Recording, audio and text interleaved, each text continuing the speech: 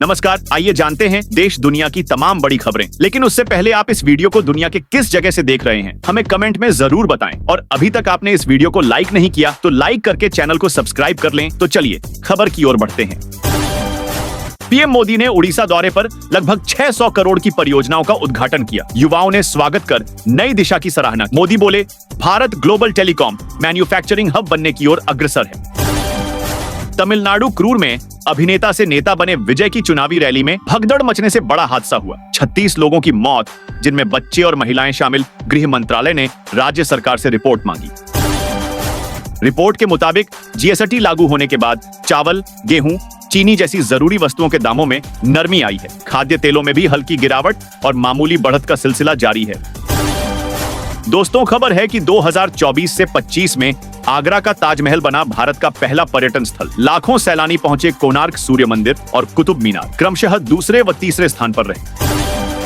दोस्तों, बड़ी खबर है कि यूपी के बरेली में जुमे पर आई लव मोहम्मद विवाद से हंगामा हुआ। पुलिस ने कार्रवाई कर इंटरनेट सेवाएं बंद की और हिंसा जांच के लिए विशेष टीमें बनाई। उत्तर प्रदेश में ड्राइविंग लाइसेंस बनाने का नियम बदल गया। परिवहन विभाग ने 19 कैमरों वाले ऑटोमेटेड टेस्ट ट्रैक और एआई प्रणाली शुरू की। केवल योग्य चालकों को लाइसेंस मिलेगा। पीएम मोदी के घोषित 1600 करोड़ रुपए का राहत पैकेज पंजाब सरकार को नहीं मिलेगा। केंद्रीय राज्य मंत्री बीएल वर्मा ने कहा कि राशि सीधे किसानों के खाते में भेजी जाएगी। लेह लद्दाख हिंसा मामले में डीजीपी ने कहा कि सोनम वांगचुक का पाकिस्तानी कनेक्शन है। गिरफ्तार कर जोधपुर जेल भेजा गया। वहीं बाहर उनके समर्थकों ने विरोध प्रदर्शन किया। इंडियन आर्मी अनंत मिसाइल वेपन सिस्टम खरीदेगी। पहले क्यूअर सेम था, अब नाम बदला गया। 300 करोड़ में खरीदी जाएगी। डीआरडीओ द्वारा तैयार पाकिस्तान चीन बॉर्डर पर तैनात होगी। पीएम मोदी उड़ीसा के जाट सुगड़ा पहुंचे। संबोधन में कहा, कांग्रेस अब भी लूट में लगी है। उन्होंने 60 करोड़ से अधिक के प्रोजेक्ट्स का उद्घाटन और शिलान्यास किया। सुप्रीम कोर्ट के सीजीआई गवाई की मां 5 अक्टूबर को अमरावती में आरएसएस दशहरा कार्यक्रम में चीफ गेस्ट रहेंगी। पूर्व राष्ट्रपति रामनाथ कोविंद भी इस कार्यक्रम में शामिल होंगे। देश के सभी सीआईएसएफ जवानों को फर्स्ट रिस्पॉन्डर ट्रेनिंग दी जाएगी। आग, प्राकृतिक या मानवीय आपदा में तुरंत मेडिकल सहायता देने की तैयारी के लिए केंद्रीय सुरक्षा बल ने यह फैसला लिया। यूएन मंच पर पाकिस्तान के रक्षा मंत्री ख्वाजा आसिफ सही से बोल नहीं पाए। ऑपरेशन सिंदूर गलत उच्चारण और पब्लिशिंग गलती पर सोशल मीडिया पर ट्रोल हुए। मुनीर सस्पेंड, सवाल में फंस गए।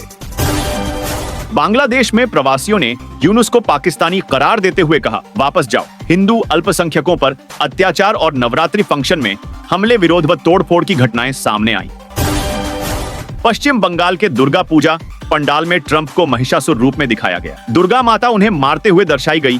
पूजा समिति का कहना है कि उन्होंने पीएम मोदी को धोखा दिया। केंद्रीय राज्य मंत्री बिट्टू लुधियाना पहुंचे और रेलवे डिस्पेंसरी का उद्घाटन किया। उन्होंने कहा कि मुख्यमंत्री को प्रधानमंत्री की जगह सीधे गृह मंत्री से मिलना चाहिए। झारखंड में 2 अक्टूबर तक बारिश से राहत नहीं मिलेगी। 30 सितंबर तक भारी बारिश का येलो अलर्ट जारी है। पिछले 24 घंटे में चैनपुर जिले में सबसे अधिक बारिश हुई। सोने की कीमत 3,487 रुपए बढ़कर 13,000 रुपए प्रति 10 ग्राम हो गई। चांदी भी महंगी हुई और अब इसका भाव 1,38,000 रुपए प्रति किलो पर पहुंच गया है। अमेरिकी राष्ट्रपति डोनाल्ड ट्रंप ने माइक्रोसॉफ्ट से ग्लोबल अफेयर्स प्रेसिडेंट को हटाने की मांग की। मोनाको को भ्रष्ट और ट्रंप विरोधी करार दिया। नेशनल सिक्योरिटी को खतरा बताया। हरियाणा में एग्रीकल्चरल लैंड पर भी डेवलपमेंट चार्ज लागू होगा। स्कूल, अस्पताल या पेट्रोल पंप निर्माण अब महंगा होगा। मुख्यमंत्री नायब सिंह सैनी की मंजूरी के बाद नया नियम शुरू होगा। हरियाणा में 20,000 से ज्यादा गर्भवती महिलाओं पर सरकार की निगरानी होगी। खासकर उन महिलाओं की लिस्ट बनाई गई जिनके पास लड़का नहीं है। लिंगानुपात सुधारने के लिए यह योजना लागू होगी। भारतीय नौसेना ने विदेशी पनडुब्बियों के साथ मीटिंग की। दक्षिण चीन सागर में यह सैन्य अभ्यास सफलतापूर्वक संपन्न हुआ, जिसमें रणनीति और संचालन क्षमता का परीक्षण किया गया। भारत को बड़ा तोहफा मिला। क्लीन एनर्जी के लिए जीएपीपी ने $1 अरब जुटाए। भारतीय वैज्ञानिकों ने वैश्विक पहचान बनाई। 8,300 करोड़ का निवेश ग्लोबल एनर्जी अलायंस ने जुटाया। राष्ट्रपति द्रौपदी मुर्मू ने ईआई पर युवाओं से चर्चा की। सहारा समूह पर निवेशकों ने पत्र लिखा।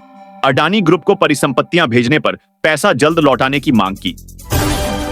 भारत में 2026 में विश्व सी फूड कांग्रेस का आयोजन होगा। जल कृषि में भारत दूसरा सबसे बड़ा उत्पादक बन चुका है। यह कार्यक्रम चेन्नई में आयोजित किया जाएगा। उत्तर प्रदेश के इन शहरों में 15 सड़कों की मरम्मत और चौड़ीकरण किया जाएगा। इसके लिए लगभग 10 करोड़ रुपए आवंटित किए गए हैं। बरेली मंडल की ये सड़कें शामिल हैं। पंजाब में बाढ़ के बाद किसानों के लिए यह वरदान बन गई। खेतों में 5 से 6 फीट मिट्टी जमा होने से जमीन की उपजाऊ क्षमता बढ़ेगी और पैदावार व आमदनी बढ़ेगी। मध्य प्रदेश में दीपावली के बाद लाडली बहनों को 1500 रुपए मिलेंगे। शिवपुरी में मुख्यमंत्री डॉक्टर मोहन यादव ने यह घोषणा की और कांग्रेस पर भी निशाना साधा। गुजरात पुलिस ने अंतर्राष्ट्रीय साइबर अपराध गिरोह का भंडाफोड़ किया। 804 करोड़ रुपए की धोखाधड़ी उजागर हुई। इस मामले में 10 आरोपियों को गिरफ्तार कर कानूनी कार्रवाई शुरू की गई। मुख्यमंत्री नीतीश कुमार ने मंजूरी दे दी और महत्वपूर्ण घोषणा की। बिहार वासियों को दशहरा पर वाटर मेट्रो का तोहफा मिलेगा। पटना में नया इलेक्ट्रिक जहाज भी पहुंचा, गर्व की बात। मथुरा के नंदगांव में एक हेक्टेयर क्षेत्र में निर्माण कार्य 2 करोड़ रुपए की कुल लागत से चल रहा है। यह परियोजना क्षेत्र के विकास और आर्थिक सुधार में मदद करेगी।